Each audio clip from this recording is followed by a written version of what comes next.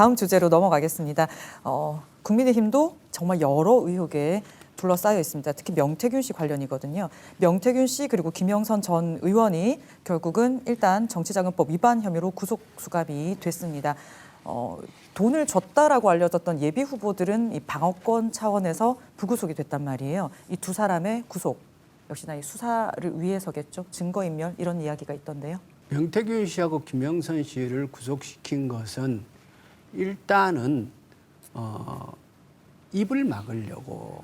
그러니까 명태균 씨가 계속 발언들을 하잖아요. 네, 그렇죠. 그리고 그 나오는 얘기, 증거, 그러니까 녹취나 이런 것들이 어느 것 하나 간단한 게 없지 않습니까? 굉장히 심각한.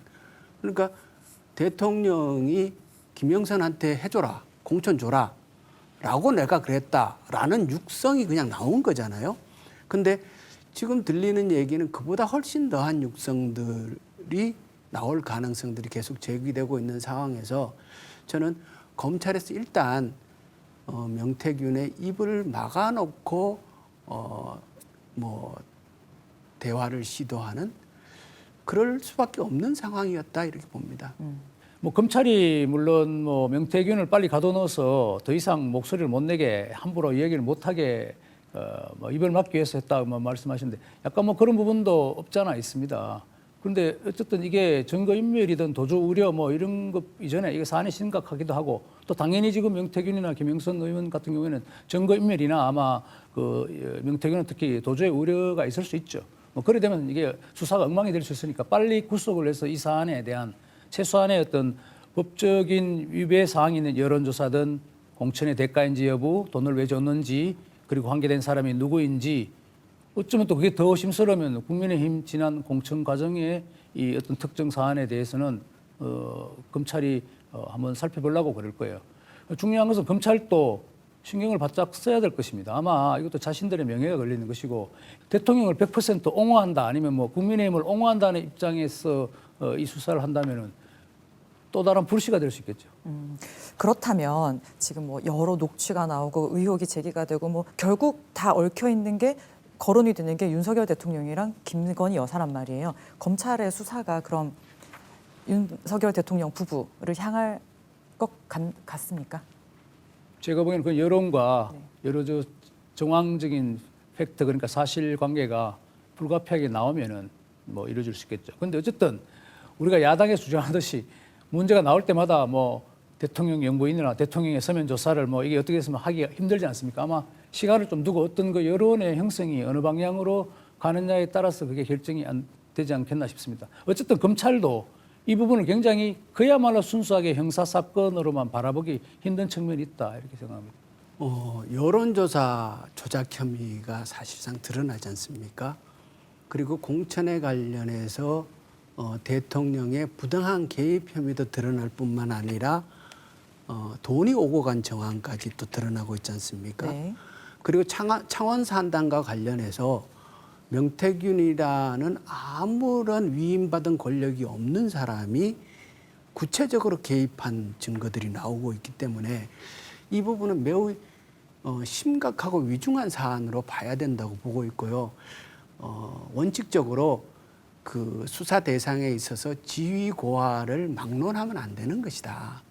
그리고 대통령이든 영부인이든 이 점에 있어서 지금 대통령께서 계속해서 나오는 해명이 하루면 드러날 거짓말들이 반복되고 있지 않습니까? 저는 이 문제 매우 심각하게 보고 있고요. 그래서 검찰도 검찰의 생사가 달린 어쩌면 검찰 조직의 존망이 달린 문제가 될 수 있기 때문에 엄격하게 접근하고 처리해야 한다라고 생각합니다. 사실 명태균이라는 그 인물의 이름이 등장을 했을 때 명태균이 도대체 누군데 뭐 이런 얘기가 많았잖아요. 그런데 많은 의혹들이 있으면서 명태균 게이트 뭐 이런 단어도 나오게 되거든요.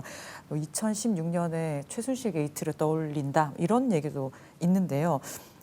이 사태가 심각하다면 물론 수사나 뭐 그런 것들은 있어야 되겠지만 어떤 부분이 좀 심각하다고 보이시나요? 저는 그때 최순실 게이트보다 지금 상황이 훨씬 더 안 좋다 이렇게 생각을 해요. 어떤 면에서? 우선 나라 경제가 너무 안 좋아요. 그때는 그래도 나라가 돌아가는 데 있어서는 좀 괜찮았어요. 근데 지금 경제가 너무 나쁘고 국민들의 삶이 매우 어렵고 그런 상태에서 대통령의 국정 지지도는 매우 낮은 상황에서 이 일이 터지고 있기 때문에 우선 객관적인 상황 자체가 매우 안 좋다라는 얘기를 말씀드리고 싶고요. 또 하나는 그때 보다가 대통령과 영부인이 직접 개입되어 있는 농도가 너무 진해요. 최순실 게이트는 그래도 최순실이라는 비선의 잘못이었어요. 그런데 이거는 지금 드러나는 얘기는 비선의 잘못이라기보다도 명태균의 잘못이라기보다도 이 과정에서 드러나는 대통령과 영부인의 직접 개입 그리고 위법 탈법의 혐오가 너무 진하다는 거예요. 그래서 최순실 게이트와 비교하기 어려울 정도로 훨씬 더 심각하고 위중한 사안이라고 봅니다. 저는 뭐 조금 최순실 게이트와 이게 뭐 등치하기는 힘든 사안인 것 같고 그저 최순실은 어쨌든 좀 엄습한 곳에서 일어났던 부분이 있는 거고 지금 이 사안은 오히려 너무 공개되는 영역에서 지금 일어나는 거예요.